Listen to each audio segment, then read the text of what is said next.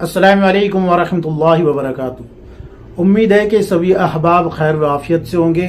इंशाअल्लाह तालाहुल अज़ीम कल से मैं माह रमज़ान के ताल्लुक से एक पूरा कोर्स शुरू करने जा रहा हूँ, जिसमें कि आपको या चांद देखने से लेके, रमज़ान का चांद देखने से लेके और ईद का चांद नज़र आने तक के तमाम मसाइल, तमाम फ़ज़ाइल और उसमें यानी कि हालत हैज़ में रोज़ा कैसे, हालत हैज़ में रोज़े का क्या हुक्म है, इबादत का क्या हुक्म है, मुसाफिर के लिए क्या हुक्म है, बीमार के लिए क्या हुक्म है, तरावी का क्या हुक्म है, वगैरह वगैरह तमाम जितने भी मसाइल है, जदीद से जदीद मसाइल इंशाअल्लाह सबको जो है किताब और सुन्नत की रोशनी में हल किया जाएगा। आप जो है हमारे चैनल को सब्सक्राइब करें और लोगों तक हमारे चैनल को पहुंचाए ताकि दीन लोगों तक पहुंच जाए। बिस्मिल्लाहिर्रहमानिर्रहीम। आप हजरात के सामने नमाज के ताल्लुक से कुछ मसाइल पेश कर रहा हूँ।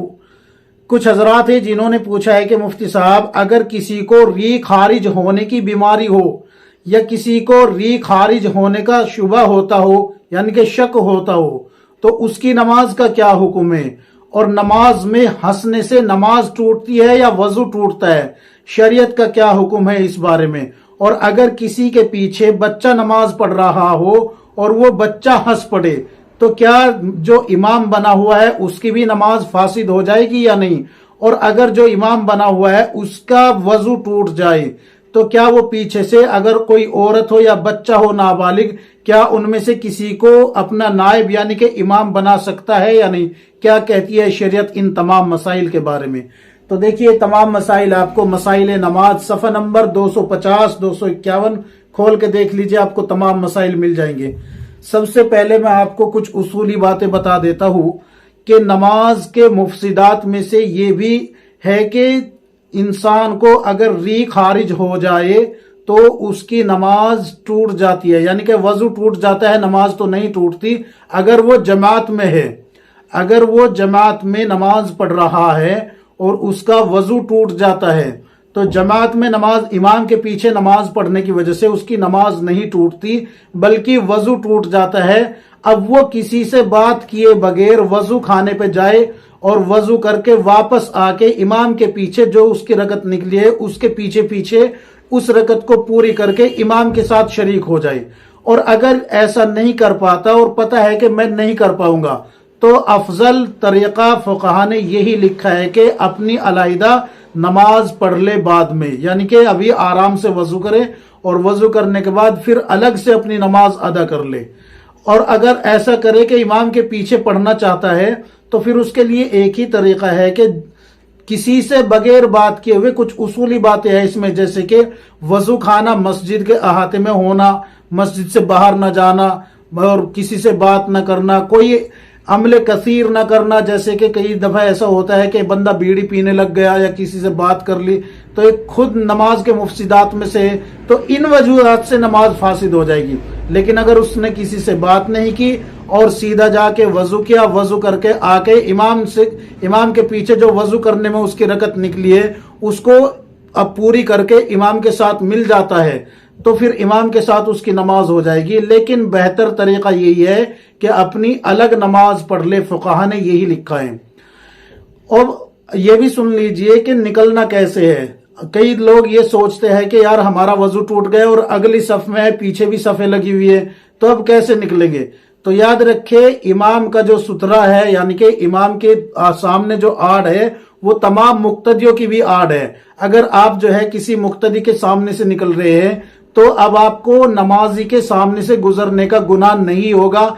याद रखिए मैं क्या कह रहा हूं, इमाम का सुतरा ही तमाम मुक्तदियों का सुतरा है।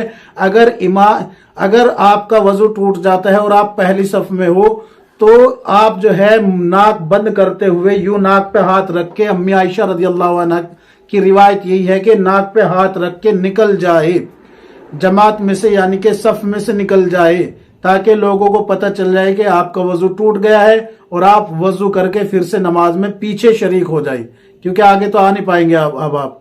तो ये है तरीका जमात में नमाज पढ़ने का। अगर किसी के वजू टूटने का वो हो जाए, किसी को वजू टूट जाए, हसद लायक हो जाए, हदस लायक हो जाए।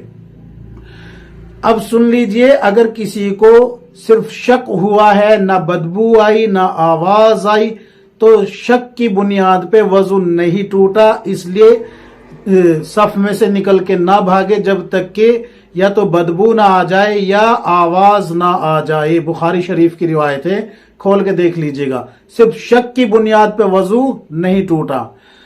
اور اگر کسی کو یہ بیماری ہو کہ اس کو ری خارج ہونے کی بیماری ہے، کسی بھی وقت جو ہے ری بند نہیں ہوتی، کسی کو ہو جاتی ہے، اللہ حفاظت فرمائے ایسی بیماریوں سے، کسی کو ہو جاتی ہے تو وہ معذور، شرعی معذور ہے، اس لیے اس کا وضو نہیں ٹوٹتا چاہے اس کی ری برابر خارج ہو رہی ہے۔ لیکن اگر ایک لمحے کے لیے بھی بند ہو جاتی ہے اور پھر جو ہے پھر سے ری خارج ہوتی ہے تو پھر اس کا وضو ٹوٹ جائے گا، کیونکہ وہ پھر شرعی معذور نہیں رہا، اس لیے اب اس کو دوبارہ وضو کر کے ہی نماز پڑھنی ہوگی۔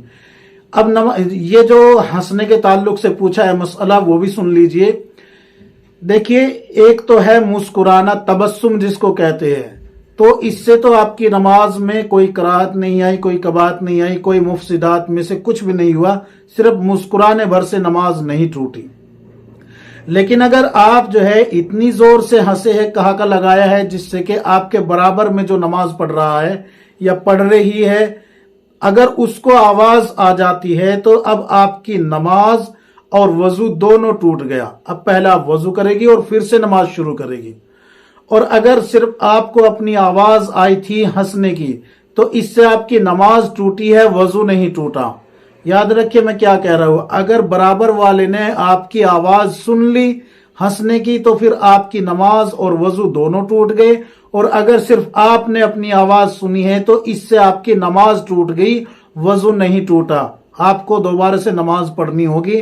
یہاں پر اگر آواز دوسرے نے سنی ہے تو وضو کر کے نماز پڑھنی ہوگی، اور اگر آواز دوسرے نے نہیں سنی، صرف آپ نے سنی ہے، تو پھر اب آپ کی نماز ٹوٹی ہے، وضو نہیں ٹوٹا۔ اچھا، ایک یہاں اشکال یہ ہوتا ہے کہ اگر کوئی ہو ہی نہیں برابر میں، اکیلی نماز پڑھ رہی ہوں اور یہ کوئی خیال آیا تھا، اس سے ہنسی آ گئی، تو یہاں یہ سمجھیے کہ جتنی آواز میں آپ ہنسی ہے تو یہ سوچے کہ اگر یہ آواز دوسرے کو کیا یہ سن سکتی تھی یا نہیں۔